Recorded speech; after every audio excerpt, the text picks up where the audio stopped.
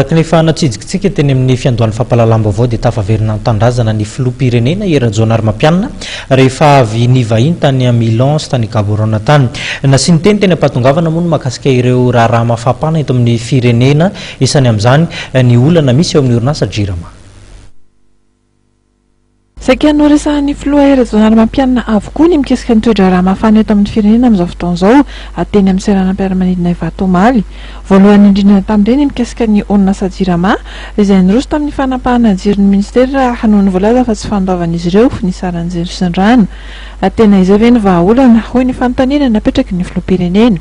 Vahaolana dia ny fahendren'ny rehetra na iza eo amin'ny izao tontolo manahirana iainantsika izao.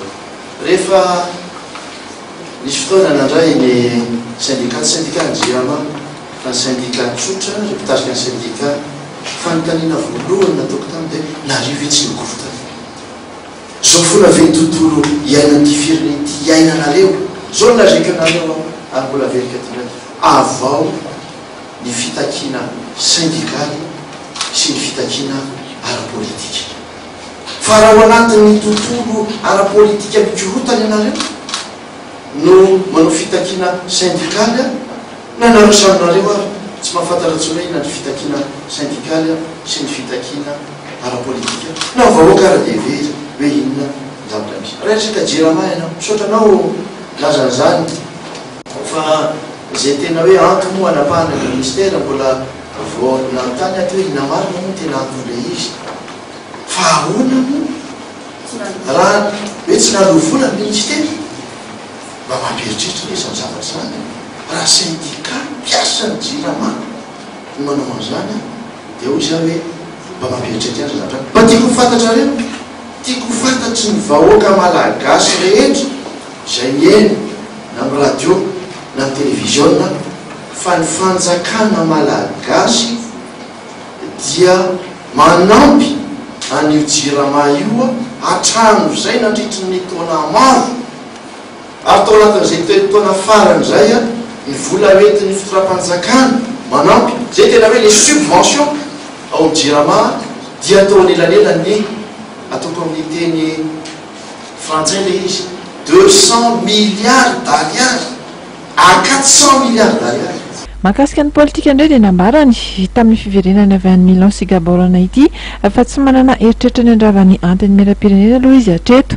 Ny fanovanan'ny mpikambana ny hevin'ny governemanta no mety hisy hoy izy fa tsy mbola fantatra ihany koa ny fotoana natanterahana izany. Zay zany ataoko hoe manahirana foana. Rehefa misy ny adihevitra ohatran'izany dia ahoana ny andrena prime ministre, ahoana ny alana an'izao, ahoana ny arafetana ny governemanta ao anatin'ilay izy.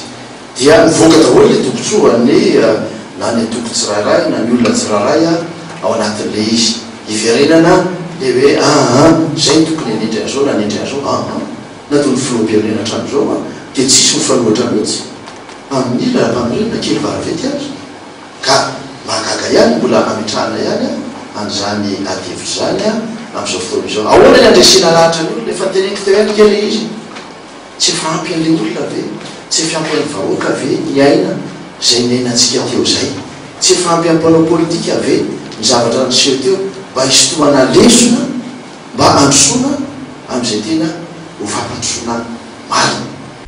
Mazava ho azy fa nanao ny tatitra ny diany tamin'ny hetsika goavana Expo Milan 2024 izay nandresan'ny Madagasikara anjara sy ny fivoriana tampony fa 2023 SADC tany Gaborone ny filoha tamin'ity valan-dresaka ho an'ny mpanao gazety teny Ivato ity.